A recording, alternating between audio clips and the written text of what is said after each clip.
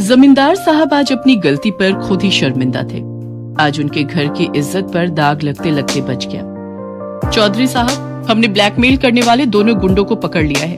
वो गुंडे वीरपुर गांव पर बहुत समय से नजर रखे हुए थे और वो ये भी जानते थे कि वीरपुर गांव की औरतें खुले में नहाती हैं। पर हमें खुशी है कि आपकी छोटी बहू सुधा ने जो हिम्मत दिखाई और उन बदमाशों के खिलाफ हमारी पुलिस थाने में रिपोर्ट लिखवाई, उसकी हमें दाद देनी होगी। अच्छा चौधरी साहब, मैं चलती हूँ, नमस्ते। मैंने आपको कितनी बार समझाया था, घर की बहुओं का खुले में नहाना ठीक नहीं, पर आप नहीं माने।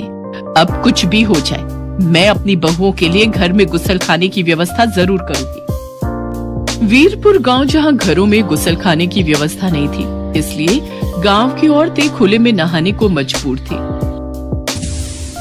अरे नई बहू, सोकर उठी नहीं क्या? स्नान के लिए नदी पर जाना है। बड़ी भाभी, नहाने के लिए नदी पर? लेकिन यूं खुले में नहाते हुए कोई देख लेगा तो? हाँ सुधा, इस गांव में औरतें खुले में ही नहाती हैं और वैसे भी गांव के लोगों को पता है कि जिस समय गांव की औरतें नदी पर नहाने जाती हैं, उस समय गांव के मर्द नदी के आसपास भी नहीं फटकते। अच्छा अब देर मत करो, वैसे भी नदी किनारे इस समय सुनसान होता है, हम जल्दी से नहाकर आ जाएंगे। मालिनी और सुधा नदी पर नहाने के लिए जाती हैं। गांव की बहुत सी औरतें पहले ही नदी पर नहा रही थी। सुधा को बहुत शर्म आ रही थी। मालिनी भाभी, ये तो बहुत अजीब लग रहा है, अगर किसी ने हमें देख लिया तो हमारी इज्जत तो मिट्टी में मिल जाएगी। अरे काहे का शर्मा रही हो बहू रानी, हमें इतने साल हो गए, आज तक तो हमें किसी ने देखा नहीं, तो अब कौन देखेगा? चौधरी साहब से सब डरते हैं, इसलिए नदी किनारे कोई मर्द नहीं आता, सिर्फ औरतें ही नहाती हैं। सुधा को बहुत अजीब महसूस हो रहा था, पर वो करती क्या? मजबूरी में उसे मालिनी और बाकी की गांव की औरतों के साथ नदी में उतरना ही पड़ता है। बड़ी मुश्किल से सुधा नदी में नहाकर घर आती है। अब तो रोजाना ही वो मालिनी और बाकी की गांव की औरतों के साथ नदी पर नहाने लगी। धीरे धीरे जब सुधा को लगा कि सचमुच नदी के आसपास सिर्फ औरतें ही आती हैं, तो वो थोड़ी बेफिक्र हो गई।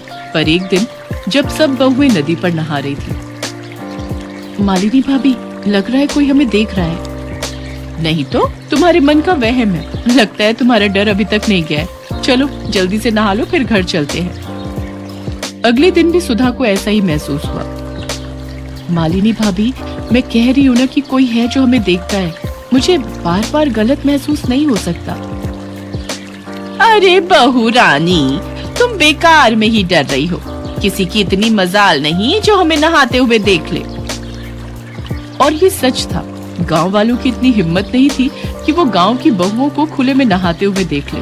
तो आखिर कौन था जो उन सबको खुले में नहाते हुए देख रहा था? अरे यार मगन, ये गांव तो बहुत बढ़िया है यार, तूने बिल्कुल सही जगह का पता लगाया बे।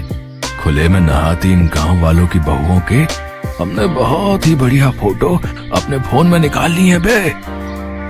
वही तो, मैंने बिल्कुल सही गांव का पता लगाया ना। अब इन फोटोओं का इस्तेमाल करने का सही समय आ गया बे। गांव के चौधरी की दोनों बहुएं भी उन औरतों के साथ ही नहाने आती हैं। चौधरी की बहुओं को ब्लैकमेल करके अच्छे खासे सोने के जेवर और रुपए ऐंठ लेंगे। और तू तो जानता ही है, ये गांव की भोली भाली बहुएं शर्म से किसी को कुछ नहीं बताएंगी। तो ठीक है, किसी दिन रास्ता रोककर ये फोटोएं उन्हें दिखा देते हैं। तो देर किस बात की है, कल दिन में जब वे दोनों नहा कर जा रही होंगी, तभी रास्ते में उन्हें पकड़ लेंगे। अगले दिन मालिनी और सुधा नदी पर नहाकर जब हवेली की तरफ जा रही थी, तो नदी से थोड़ी दूरी पर जगन और मगन नाम के उन बदमाशों ने उनका रास्ता रोक लिया और उन दोनों को फोटो दिखाने लगे। दोनों बहुएं डर गई। अब अगर तुम दोनों नहीं चाहते कि ये फोटो गांव में हर कोई देखे या फिर गांव से बाहर और भी जगह ये फोटो पहुंचे, तो जैसा हम कहते हैं वैसा तुम दोनों करोगी। नहीं नहीं, हमारी ये फोटो किसी को मत दिखाना। तुम्हें क्या चाहिए, हमें सीधी तरह बता दो। अगर तुम चाहती हो कि हम ये फोटो किसी को न दिखाएं और अपने फोन से हटा लें, तो कल दोपहर तक 2 लाख रुपए नकद और सोने के जेवर एक बैग में भरकर तुम दोनों हमें ला कर दोगी। उसके बाद हम यहाँ से चले जाएंगे। ठीक है, तुम चिंता मत करो, हम कल दोपहर तक तुम्हारी ये मांग पूरी कर देंगे। पर तुम तब तक ये फोटो किसी को नहीं दिखाओगे। मालिनी पूरी तरह घबरा चुकी थी। वो दोनों घर लौट आती हैं। मालिनी भाभी, हम ये गलत कर रहे हैं, अन्याय के सामने झुकना कायरता है। हम अन्याय को छूट दे रहे हैं। उन मुजरिमों को सजा मिलनी चाहिए। उनकी मांगे पूरी करके तो हम उन्हें और बढ़ावा दे रहे हैं। आज वो हमारे साथ ऐसा कर रहे हैं, कल किसी और के साथ करेंगे। ये सरासर गलत है भाभी। तो हम कर भी क्या सकते हैं सुधा? हमारी फोटो बदमाशों के पास है। हम ये बात किसी से नहीं कह सकते। बदमाश हमारी फोटो हर जगह दिखा देंगे। पर सुधा बहुत हिम्मत वाली थी।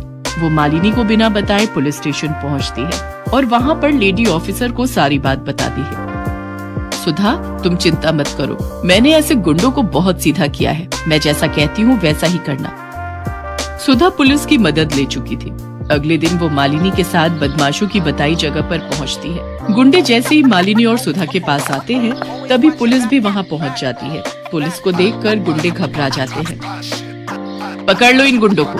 सीधी साधी गांव की औरतों को ब्लैकमेल करके उनके पैसे और जेवर की मांग करते हो।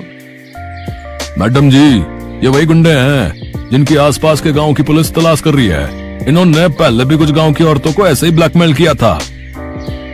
पुलिस के द्वारा गुंडों को पकड़ने की बात चौधरी के कानों तक पहुंचती है। उन्हें भी अपनी गलती का एहसास हो जाता है। चौधराइन, तुम सच कह रही हो, गलती मेरी ही है। मैं ही पुराने ख्यालों में जी रहा था। मैंने कभी इस ओर ध्यान ही नहीं दिया कि हमारी बहू बेटियों को किस चीज की सबसे ज्यादा जरूरत है। मैं वादा करता हूँ